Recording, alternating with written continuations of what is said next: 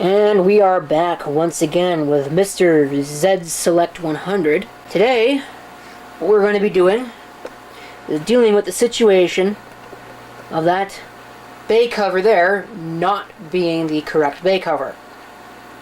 How do you suppose we're going to deal with that? Well, I have a novel solution.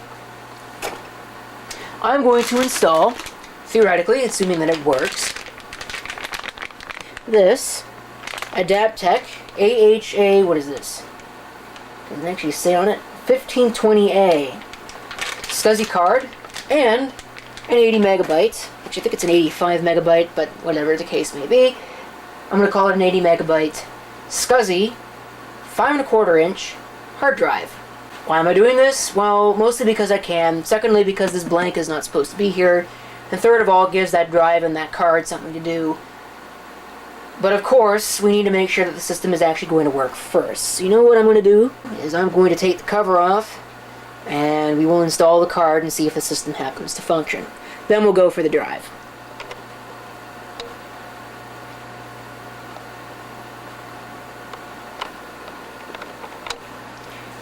Okay, so let's get serious. Now, which slot should I put it in? I don't know if it matters too much.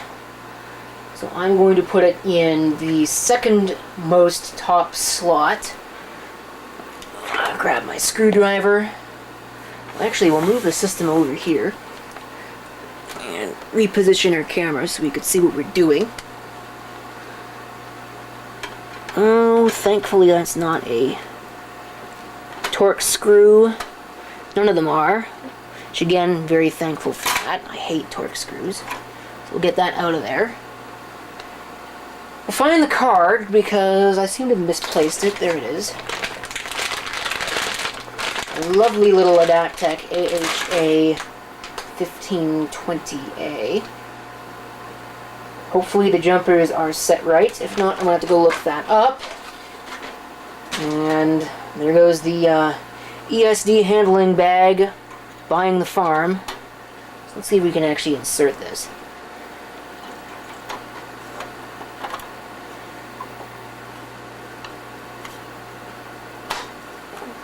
Alright, in place it is.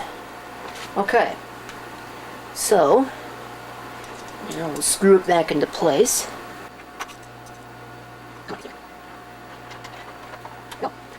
All nice and installed. Now, what do I need to do now? Well, I need to get a monitor and probably a keyboard as well. And we'll go ahead and we'll see if our card happens to work.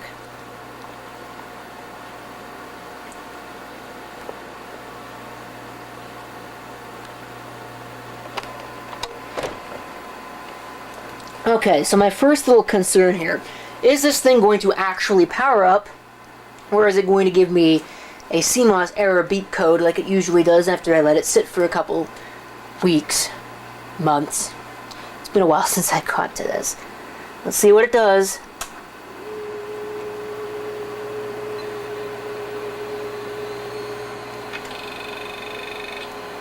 Okay, well it comes on, so it's not totally dead yet.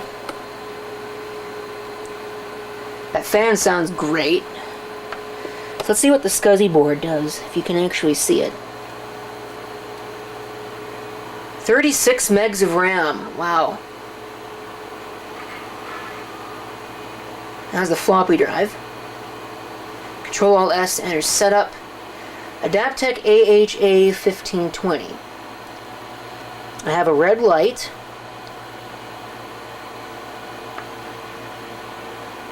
So let's see if it proceeds. Target not connected. Well, that's good because there isn't anything hooked up to it, so it goes straight to the hard drive. But so I verified at least that we've got the SCSI board. It's not conflicting with anything. Okay. So let's get to the second part. Let's get to the hard drive now. So we'll turn the system off. And I will come back with my SCSI hard drive.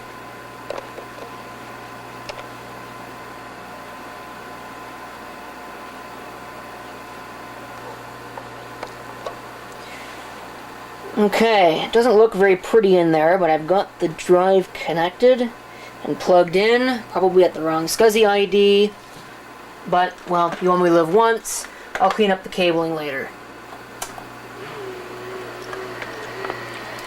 Oh, I got the power connection for the hard drive hooked up.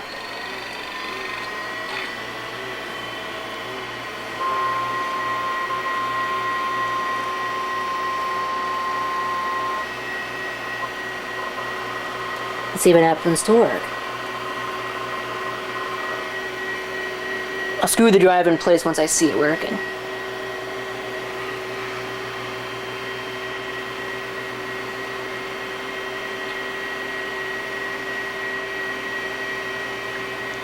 I have a red light.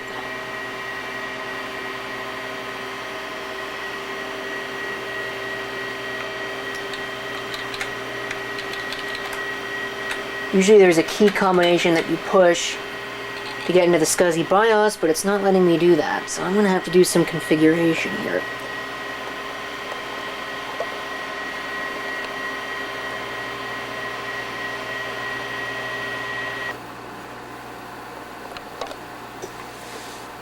Okay, for those of you who wanted a video with a happy ending, it's not going to be this one. I'm going to try my best to not get into a rant or use any non-family friendly words, but so far all I have come to the conclusion in messing with this SCSI card is that this SCSI card is a piece of crap.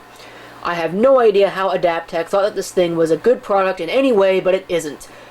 In order to get into the SCSI Select utility that, I don't know, every other SCSI board in the history of ever from Adaptec has on the BIOS, or on the ROM chip, you need a bootable diskette. Guess what? This thing will not boot to a floppy. In fact, it will not read a floppy at all. There is something wrong with the floppy controller. So, screw it. I am going to take that card out, I'm going to take the cable out, I'm going to take the drive out, and I'm going to put it all right back the way it was, because life is way too short to be playing around with crap. Okay, so this is what I've managed to do with the card. And watch, now that it's on video, now it's going to work.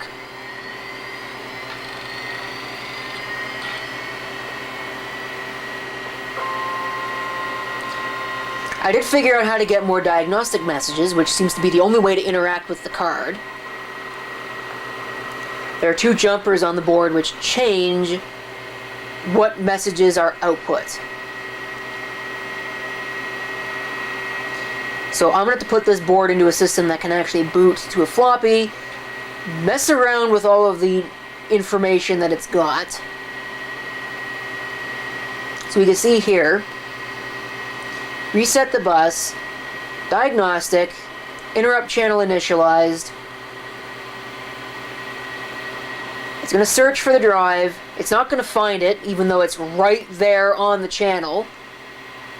So there are a couple possibilities. Right now, either the card is junk, which is very likely, or the cable is not correct, which is also very plausible, because it only has 4 connections on it. Typical SCSI cable should have 7 or 6. I actually don't know, but it should have more than 4.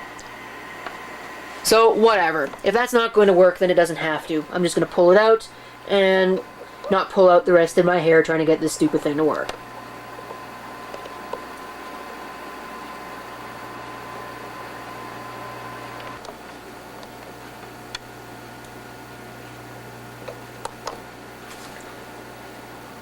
Okay, so to make this video at least somewhat interesting, I'm going to go ahead and power it on, let it run, show it to you. Some of the people who have, new subscribers who have never seen this Z Select 100 run. Even though the power switch is actually on the front of the machine, well, the vestige for the power switch is on the front. The power supply in the system has been replaced, and somebody decided that they would much rather graft the power supply switch onto the back of the machine. So, power it up. Have all these floppy disks, decide to buy the farm, get out of my way. Alright. So,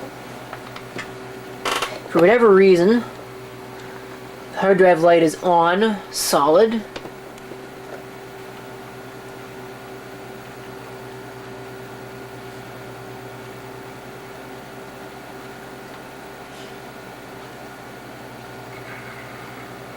System does work. hard drive light is now not on solid, or at least it wasn't.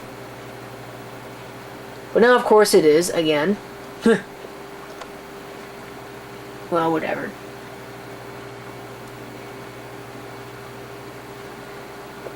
Actually, you can see just barely over there. Yeah, there we go. Now it's off. You can see the remnants of an Intel Inside logo. Alright. I'll just go ahead and start Windows, which this has on it. Just Windows 3.1, nothing fancy.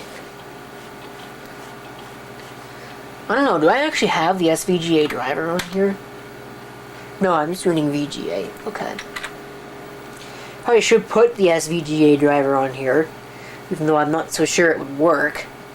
I've had some issues with that here recently, but everything else seems to be fine. So that is it for that. So on that note, thank you for watching. If you have any comments, feel free to leave them down below. And this is CP666 signing off, and I hope to see you next time. Till then.